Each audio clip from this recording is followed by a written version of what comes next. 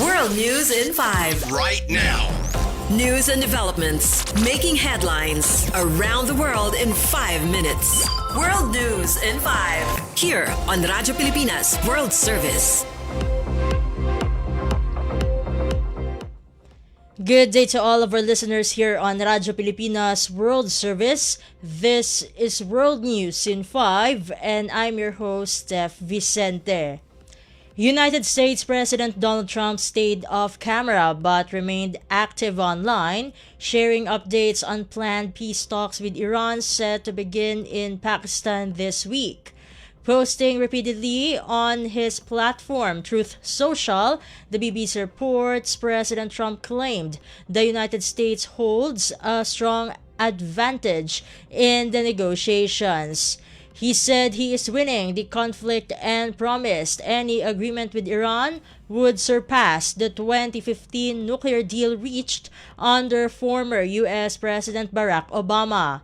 President Trump also rejected reports that he is under pressure to strike a deal, insisting negotiations will move forward on his terms. However, he offered little evidence to support his optimism, even as uncertainty remains over whether talks will take place. Despite his upbeat tone, the U.S. faces economic pressure to reopen the Strait of Hormuz and limited public support for continued conflict.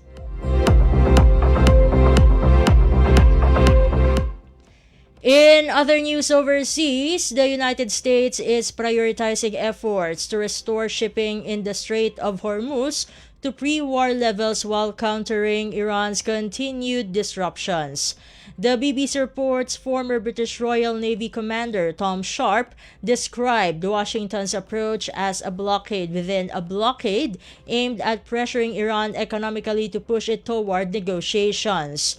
However, Sharp noted it remains unclear whether the current level of pressure is enough to force Tehran back to the table. Meanwhile, analysts say Iran has historically shown a willingness to absorb significant damage to preserve its regime and long-standing ideological goals. Iranian officials also continue to assert sovereignty over the strait, reinforcing their strategic position. Experts add that Tehran views its ability to disrupt global oil flows as both a powerful deterrent and a potential economic advantage, making concessions unlikely. And finally, Lebanon's death toll from the ongoing war has climbed to 2,387 according to the country's state-run national news agency, citing the government's disaster risk management unit. That figure, the BBC reports, marks an increase of 93 deaths compared to the last report from the Lebanese Health Ministry on Friday. Authorities also say at least 7,602 people have been wounded since the conflict began. Meanwhile, separate reports from Iran indicate a significantly higher toll there. The IRGC-affiliated Mir news agency says 3,375 people have been killed in Iran over the same period. The figures were attributed to the head of Iran's forensic medicine organization.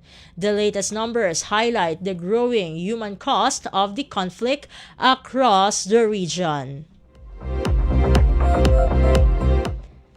And that concludes today's edition of World News in 5. For Radyo Pilipinas World Service, this has been Steph Vicente.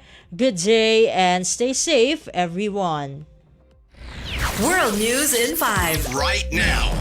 News and developments making headlines around the world in 5 minutes. World News in 5. Here on Radyo Pilipinas World Service.